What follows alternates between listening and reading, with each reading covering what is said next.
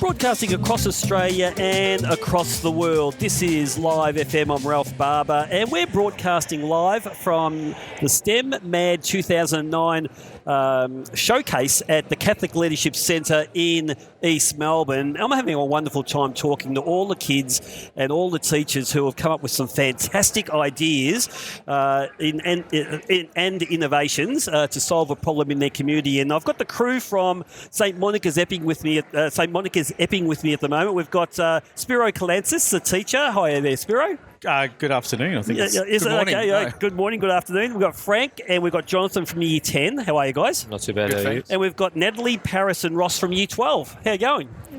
Oh, first thing I want to ask is, how the hell are the Year 12s here when you've got exams around the corner? Natalie? With a lot of difficulty. We've got to try and balance STEAM as well as our other school commitments. However, we love being here. We love doing this sort of stuff. We love expressing it. We love all that sort of stuff. So we wouldn't miss it. We want to come here. Absolutely. And Ross, tell me about the innovation you guys are presenting today. Hang on, let me get your volume up. All right. Yeah. Okay, so our group has been making a game. So the game, it's a traditional turn-based RPG, similar to classics like Final Fantasy and Dragon Quest. And so sometime last year, Mr. Kalantzis approached me and asked me if I was interested in... He showed me there was a competition to design a game, and he asked me if I was interested in it. So I ended up talking with another teacher that we have at school, because Mr. Kalantzis wasn't on my campus. So I spoke with Mr. Petrovic about it, and we were looking at different programs I could use to make my game in. So there were a few. We could have used Unreal Engine, Unity, but we ended up deciding to stick with Game Maker 2, since it was very, very user-friendly and fairly simple. So I found a tutorial online, kind of just learnt how to code games from that. And from there, I kind of made my own game. Fantastic. Is it all the same innovation, Paris, or is it different innovations for different kids? Paris? Paris? Sorry. Yeah, just pass the mic. Yeah. Sorry, Paris. Just anything. I mean, just is it at all? Is this the same innovation you guys are showcasing We're today? in the same group. Yeah. Yeah. So tell us a little bit about what you guys what your role has been in this. My role in the group was to pretty much make the visuals for the game. And I worked on making the sprites and basically designing them. And my friend here also designed the main characters for the game as well. Okay, so tell us about the skills you need to do your role. The skills you need to do your role. The skills, I basically had to learn how to use a website, which would allow me to make sprites with pixels. Yep. And it was pretty quick to learn. I had to also learn how to do design, how to make GIFs. So you had no use background frames. in this? You had no background in the skills you learnt as through this process? I learned as I went. Wow, fantastic. So Natalie, tell me a little bit about your role. So I was with Paris in the more artsy sort of side of the game. So we created the sprites and the character and all the movements and all the backgrounds and all that sort of stuff. So we actually made it look like a game, while Ross was more the one that programmed it and made it work like a game. So I was more in the main character sort of field of it. Paris was more the backgrounds. So we used Pixel. I don't know how to pronounce it entirely, but it pretty much loops all the layers that you create. So you draw a whole bunch of different images, slightly changing it with each one in a pixel format, and it loops those pictures to form something like an animation, like a GIF. So that is then, we can then give that to Ross, and Ross can put it into the game and implement it into it. So that way when you move from side to side, you're not just a block character just moving, you're actually, you feel like you're moving. And for us, I tried to give a little bit of depth and detail into the thingo, so it doesn't feel very 2D, it feels a lot more 3D, even though it is still pixel.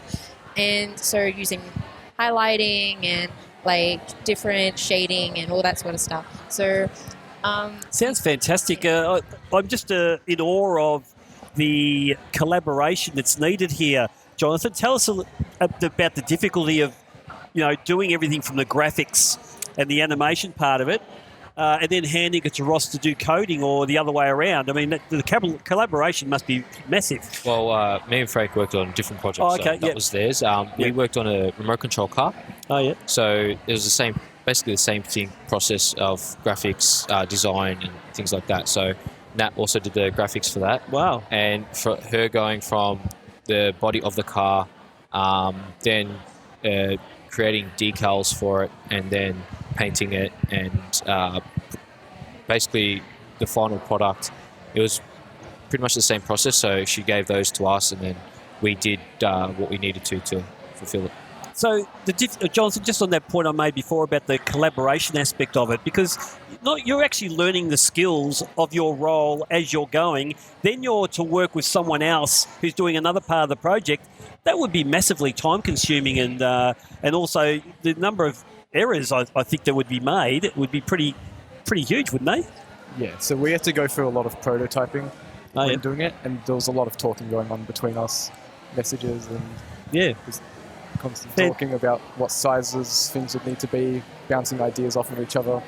So we had a basic idea of what we were going to make at the start. Yep. But towards the end, it was drastically different, and every step we just kept changing it. Yeah, but I applaud all you guys. I mean, from starting from scratch and learning the skills, collaborating with each other and coming up with something that looks as good as, it does make for good radio, but Spiro's just shown me some of the photos of what you guys have come up with. Magnificent. So, Spiro, let's talk about your role in this as a teacher, because...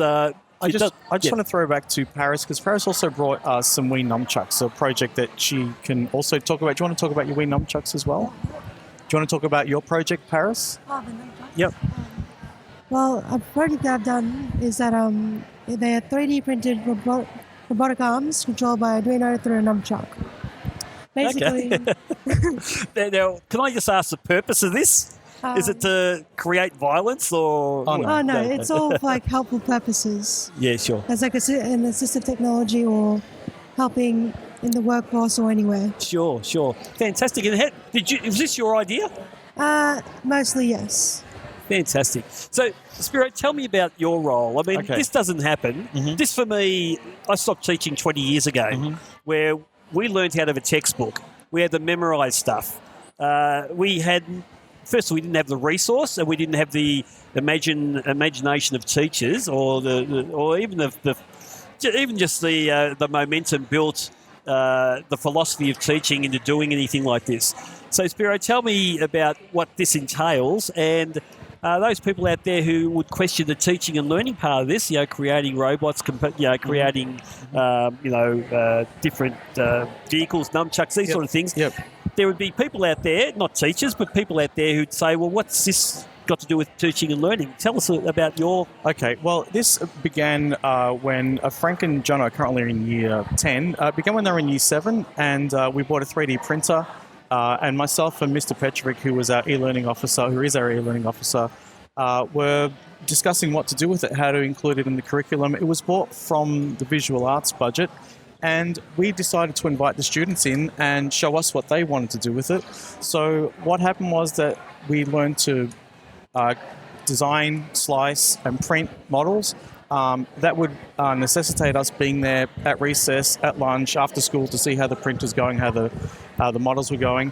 And that just meant that there was a continuity. So every day we'd come in at recess and lunch, and that developed a kind of a community of tinkerers, if you like. Yeah. So from that, we took the idea to the principal to develop some, the maker spaces, but we call them STEAM hubs, because my interest from, pedagogy was, how do you integrate the science and technologies, the mathematics, and since I'm a visual arts trained teacher, the arts into a kind of curriculum. And we really just started to experiment, and so these students are all working on what I would consider passion projects. Yeah. Which means that their learning is driven by the project and solving the problem that's in front of them for that particular moment and that project. So they do have if you like, a provocation. So Frank and Jono started with a small pedal car, which we decided to electrify. Obviously, everyone is aware that electric vehicles are a thing at the moment. And the idea was, how could you remote control the car? So they actually coded. I believe they were up really late last night, as coders are, finishing off the code on their car to remote control code a car. And the idea is obviously it can. I mean, when a car can be summoned, or when it can be sent to pick someone up, and your grandmother, and bring her over to your house for lunch on Sunday and drive her back home. I mean, these are things that I actually envisage happening. And so for them to set this project, although they took it in a different direction, they actually took it in a 70s muscle car direction, which I really love, because I just love, as an artist, that's just the best thing for me. So, and it also has exhaust sounds. You have to come and hear it. Okay. So they took it in that direction, but that's all good because the technology is there, and whatever motivation they needed to get that project made, and whatever knowledge they needed to acquire, and whatever inquiry they need to make, they did it. And what they do is they do peer-to-peer learning. They do teach each other. They do work collaboratively. And really, my role, honestly, is to facilitate. So I'm sometimes the parts person. I help them with parts, or obviously. Supervise at lunch and recess and after school when I need to be there, and I guess a general coordination role. But our goal is to see this in the curriculum, because I do believe they're having a lot of fun, and I do believe schools should be fun, and I do believe that this can cross over into the curriculum, and I think that that's probably, hopefully, where we're headed. Fantastic. What I'm really interested in, guys, because these are projects that you can talk about in years to come, but does this inspire your thinking about what you might want to do as a career down the track, Ross?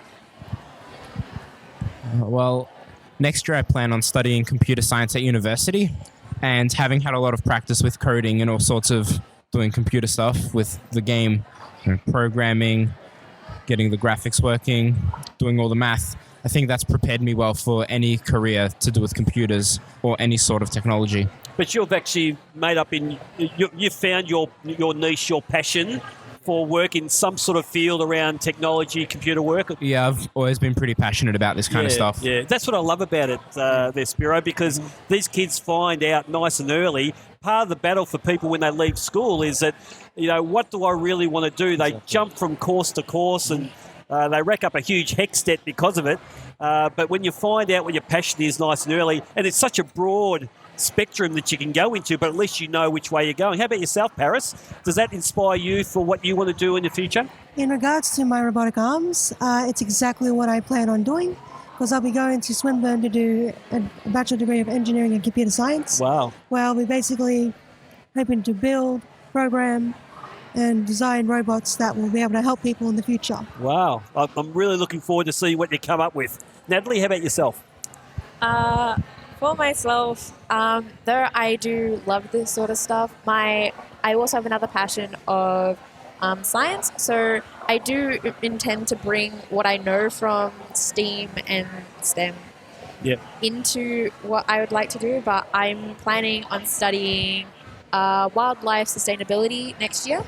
But I do want to bring everything that I know into this course and try and mix my two passions together. So maybe trying to figure out how I could do more for wildlife and that sort of stuff using this kind of technology and arts and that sort of stuff. So, but I really do enjoy this sort of stuff, but I also have another passion which I'd like to bring into it. So well, there's the integration part of it. I mean, STEM is all about bringing everything in and using it all for a purpose, and with some direction too. How about yourself there, Jonathan?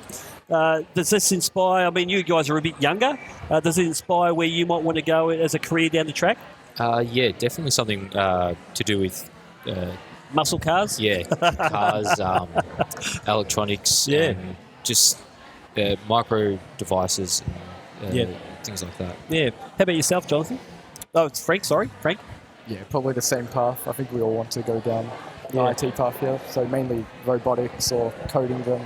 Yeah. Not really decided on hardware or software side. Fantastic. Enjoyed both a lot. Yeah, good on you. Spiro, it's been a success because already these kids know what they want to do going forward. Congratulations on everything.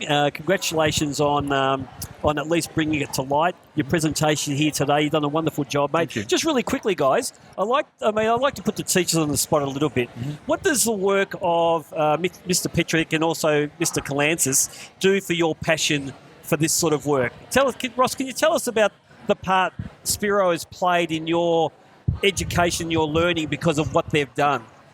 Well, Mr. Kalantzis and Mr. Petrovic, they've done a really great job with this, because a lot of the subjects I'm currently doing at school, I'm not doing much IT subjects.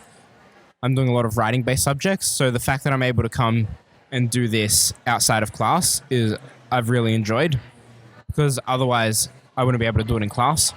So fantastic. I can do it, and I can learn these skills outside of class in my own time. Good stuff. And Paris, what part has Mr. Kalantzis has played in your teaching and learning and your direction in life? And Mr. Petrovic. And Mr. Petrick too.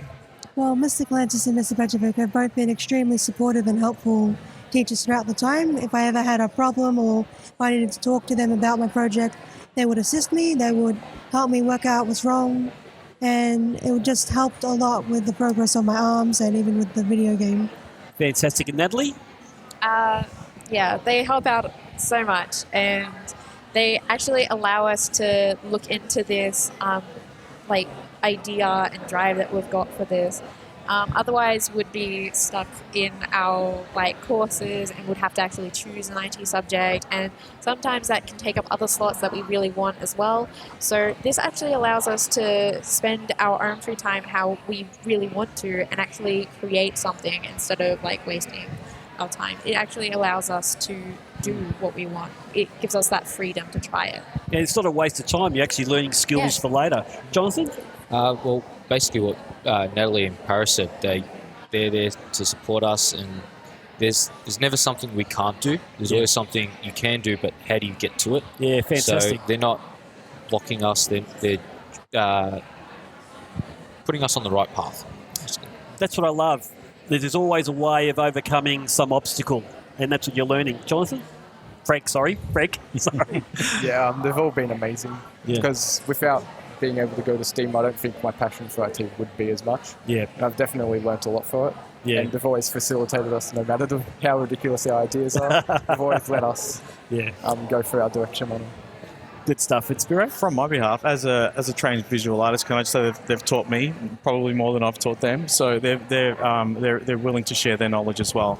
And the other thing is that the idea of the co-curricular space being a space, for example, we have a world-class soccer pitch at school, and kids who want to use that passion can practice at lunchtimes and recess. And the idea is that we want them to have a world-class tinker space. So the kids who want to use that facility, the creative making facility, can do that too, just like the other kids are following their passions.